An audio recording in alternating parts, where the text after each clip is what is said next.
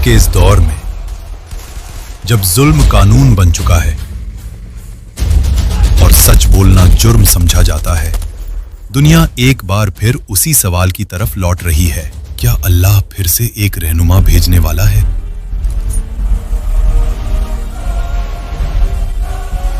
नबी सल्लल्लाहु अलैहि वसल्लम ने फरमाया, मुसलमान बहुत होंगे लेकिन उनका वजन नहीं होगा जैसे पानी पर झाग। सोचो, इतनी तादाद होने का फायदा अगर ईमान न हो। जंग तादाद से नहीं, ईमान की ताकत से जीती जाती है। जब आखिरी जमाने का फितना शुरू होता है, लोग काबा के खजाने के लिए लड़ने लगेंगे। हदीस में आया है, 3 भाई या 3 सरदार काबा के खजाने पर लड़ते हैं, तीनों मारे जाते हैं, किसी को हुक्मरानी नहीं मिलती। और फिर एक शख्स होगा जो सिर्फ अल्लाह के हुक्म और हक के लिए काम करेगा और मुसलमानों का रहनुमा बनेगा, जो न सिर्फ मुसलमानों को फितना और जुल्म के अंधेरों से बाहर निकालेगा बल्कि उन्हें ईमान के साथ एकजुट भी करेगा ताकि मुसलमानों में असली ताकत और कुव्वत कायम हो। वो है इमाम मेहदी अलैहिस्सलाम। उस वक्त मुसलमान सिर्फ कमजोर नहीं होंगे बल्कि टुकड़ों में बंट चुके होंगे। एक उम्मत मगर एक दिल नहीं। हर फिरका अपनी राय पर जिद करेगा, हर कबीला अपना लीडर चाहेगा और जुल्म इतना आम होगा कि इंसाफ एक ख्वाब बन चुका होगा। फिर इसी अंधेरे में इमाम मेहदी जाहिर होंगे, न ताकत से न तलवार के जोर पर, बल्कि लोग खुद उनके हाथ पर बैत करेंगे। हदीस में आता है, लोग इमाम मेहदी पर रुकन यानी हजरे अस्वद का कोना और मकामे इब्राहिम के दरमियान बैत करेंगे। वो मुसलमानों को नसब, फिरका और जुबान पर नहीं बल्कि कुरान और सुन्नत पर जमा करेंगे। उनका पहला काम जंग नहीं होगा बल्कि इंसाफ का कायम होना होगा। नबी सल्लल्लाहु अलैहि वसल्लम ने फरमाया, वो जमीन को इंसाफ और अदल से भर देंगे। मगर इस इत्तेहाद के बाद एक बहुत बड़ी आजमाइश मुसलमानों का इंतजार कर रही होती है। एक ऐसी जंग जो सिर्फ मुसलमानों की नहीं बल्कि पूरी दुनिया की तकदीर बदलने वाली होती है। इसी मोड़ पर रूम मुसलमानों से राब्ता करता है और कहता है, एक ऐसी कुव्वत उभर चुकी है जो ना सिर्फ मुसलमानों बल्कि रूम के लिए भी खतरा बन चुकी है। अहादीस के मुताबिक रोम यानी उस दौर की बड़ी नॉन मुस्लिम सुपर पावर्स, जिन्हें आज के दौर में वेस्टर्न पावर्स, यूरोप, रोम की नस्ल से जुड़ी कुव्वतें समझा जाता है। और अब ये वो लम्हा होता है जहां फैसला सिर्फ सियासत का नहीं बल्कि ईमान और हिकमत का होता है। इमाम मेहदी जो मुसलमानों को कुरान और सुन्नत पर जमा कर चुके होते हैं, इस मोड़ पर जंग का फैसला न गुरूर से करते हैं न लालच से, बल्कि वक्त की जरूरत और बड़े फितने से बचाव के लिए। और फिर वो मंजर आता है जो पहले कभी नहीं देखा गया। मुसलमान और रूम एक ही सफ में एक ही दुश्मन के खिलाफ खड़े होते हैं। नबी सल्लल्लाहु अलैहि वसल्लम ने इस वाक़ये को पहले ही बयां कर दिया था, तुम रूम के साथ सुलह करोगे, फिर तुम और रूम मिलकर एक तीसरे दुश्मन के खिलाफ जंग करोगे। इस तीसरे दुश्मन का नाम कहीं भी नहीं लिया गया, न कुरान में न सही अहादीस में। नबी सल्लल्लाहु अलैहि वसल्लम ने सिर्फ इतना बताया कि वो एक ऐसी कुव्वत होगी जो उस वक्त मुसलमानों और रूम दोनों के लिए बराबरी का खतरा बन चुकी होगी। इस जंग में तलवारें अलग होती हैं पर निशाना एक होता है। और जब ये जंग जीती जाती है तो लगता है जैसे दुनिया ने सांस ले ली हो, मगर हकीकत ये होती है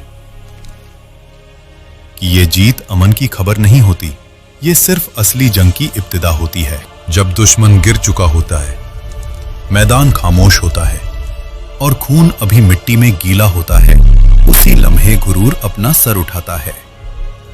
रूम के लश्कर में से एक शख्स धीरे धीरे आगे बढ़ता है। उसके चेहरे पर फख्र होता है, आंखों में गुरूर।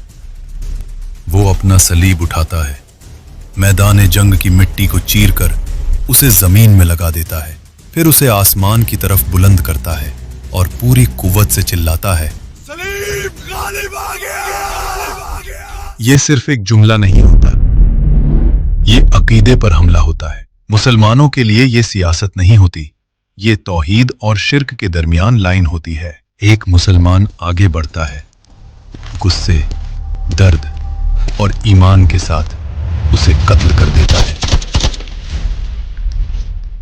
और बस यहीं से वो आग भड़कती है जिसे बुझाना अब किसी के बस में नहीं होता। रूम के लश्कर में हंगामा मच जाता है, इल्जाम लगते हैं, बदले की बातें होती हैं, पॉलिटिक्स अपना खेल खेलती है, और कुछ ही लम्हों में जो कल तक साथी थे आज दुश्मन बन चुके होते हैं।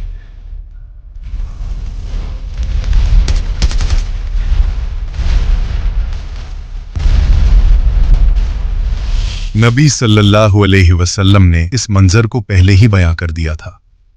तुम लोग रूमियों से अमन वाली सुलह करोगे, फिर वो गद्दारी करेंगे और तुम्हारे मुकाबले में 80 झंडों के साथ आएंगे और हर झंडे के नीचे 12,000 फौजी होंगे। सोचिए, 80 मुख्तलिफ गिरोह, कबाइल या मुल्क इकट्ठे होकर हमला करेंगे। ये सिर्फ बदले की जंग नहीं होती, ये हक और बातिल का फाइनल इम्तिहान होगा। और यहीं से दुनिया उस अजीम तूफान की तरफ बढ़ती है जिसका नाम सुनकर तारीख कांप उठती है, मलहमा अल कुबरा। नबी सल्लल्लाहु अलैहि वसल्लम ने फरमाया, ये जंग इतनी खौफनाक होगी कि अगर एक परिंदा दुश्मन के लश्कर के एक सिरे से उड़ना शुरू करे तो वो दूसरे सिरे तक पहुंचने से पहले ही मुर्दा होकर गिर जाएगा।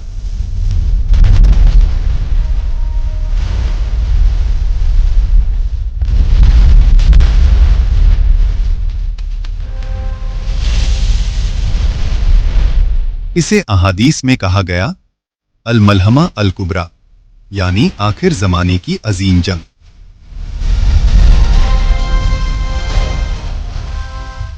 और इस जंग में मुसलमानों के साथ उनका एक अजीम लीडर होगा, इमाम मेहदी। नबी सल्लल्लाहु अलैहि वसल्लम ने फरमाया, रूम अपने पूरे लश्कर के साथ निकलेंगे और मुसलमान भी अपनी पूरी कुव्वत के साथ। फिर आप सल्लल्लाहु अलैहि वसल्लम ने फरमाया, मुसलमानों का एक हिस्सा बिना लड़े वापस हो जाएगा, उन्हें सबसे बदतरीन लोग कहा गया। फिर फरमाया कि 1/3 शहीद हो जाएंगे और वो अल्लाह के नजदीक बेहतरीन शहीद होंगे, और जो बच जाएंगे वो फतह हासिल करेंगे। और नबी सल्लल्लाहु अलैहि वसल्लम ने फरमाया, इस जंग में हर 100 में से 99 शहीद होंगे। और जब ये जंग अपनी इंतहा पर पहुंचती है, जब लगता है कि अब सब खत्म हो गया, उसी वक्त सबसे बड़ा फितना जाहिर होता है। नबी सल्लल्लाहु अलैहि वसल्लम ने फरमाया, मुसलमान अभी अपनी तलवारें जैतून के दरख्तों पर लटकाकर गनीमत का माल तकसीम कर रहे होंगे कि इतने में शैतान चिल्लाएगा, दज्जाल तुम्हारे पीछे, तुम्हारे घर वालों तक पहुंच चुका है। यानी मलहमा अल कुबरा खत्म नहीं होती, ये अगले और सबसे खतरनाक मरहले का दरवाजा होती है, और यहीं से दुनिया उस फितने की तरफ बढ़ती है जिसका मुकाबला सिर्फ अल्लाह की मदद से ही मुमकिन होगा। और फिर ईसा इब्न मरियम अलैहिस्सलाम दमिश्क की जामी मस्जिद के सफेद मीनार पर उतरेंगे। उस वक्त नमाज फजर की इकामत हो चुकी होगी। हजरत ईसा अलैहिस्सलाम को देखकर इमाम मेहदी पीछे हटने लगेंगे ताकि हजरत ईसा अलैहिस्सलाम नमाज पढ़ाएं। वो इमाम मेहदी के कंधे पर हाथ रखेंगे और फरमाएंगे, नहीं, आप ही नमाज पढ़ाएं, क्योंकि इस नमाज की तकबीर आपके लिए कही गई है। फिर नमाज के बाद हजरत ईसा अलैहिस्सलाम फरमाएंगे, मस्जिद का दरवाजा खोलो। बाहर दज्जाल 70,000 यहूदियों के साथ मौजूद होगा। और फिर मैदान एक नई जंग के लिए तैयार होता है। एक तरफ यहूदी अपने मसीहा दज्जाल के साथ खड़े हैं और दूसरी तरफ मुसलमान इमाम मेहदी और हजरत ईसा के साथ। लेकिन ये तो सिर्फ शुरुआत थी। असली मुकाबला तब शुरू होगा जब 80 झंडों का लश्कर सामने होगा और दज्जाल का फितना हर घर तक पहुंच जाएगा और हजरत ईसा अपनी तलवार उठाएंगे। क्या आप देखना चाहते हैं पार्ट 2, जिसमें हजरत ईसा और इमाम मेहदी का दज्जाल के खिलाफ वो फाइनल मुकाबला और हक की अजीम फतह दिखाई जाएगी? कमेंट में लिखिए नेक्स्ट